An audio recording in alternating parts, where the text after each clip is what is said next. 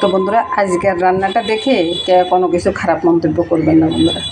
আমি তো একাদশী করি, আমার একাদশী তো হয়ে গেছে।